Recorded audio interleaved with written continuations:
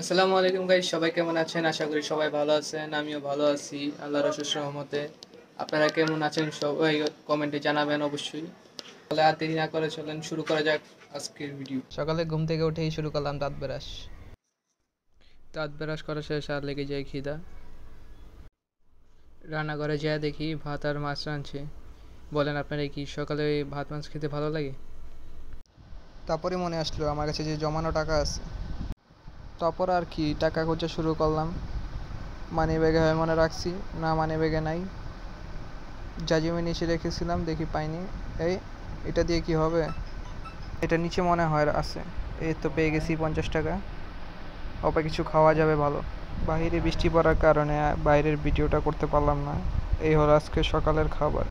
সাথে একটা ঠান্ডা তো লাগেই, এই জন্য নিয়ে আসলাম লিচুর জুস। তারপরে আর কিছু করার নাই, এর জন্য শুরু করলাম গেম খেলা।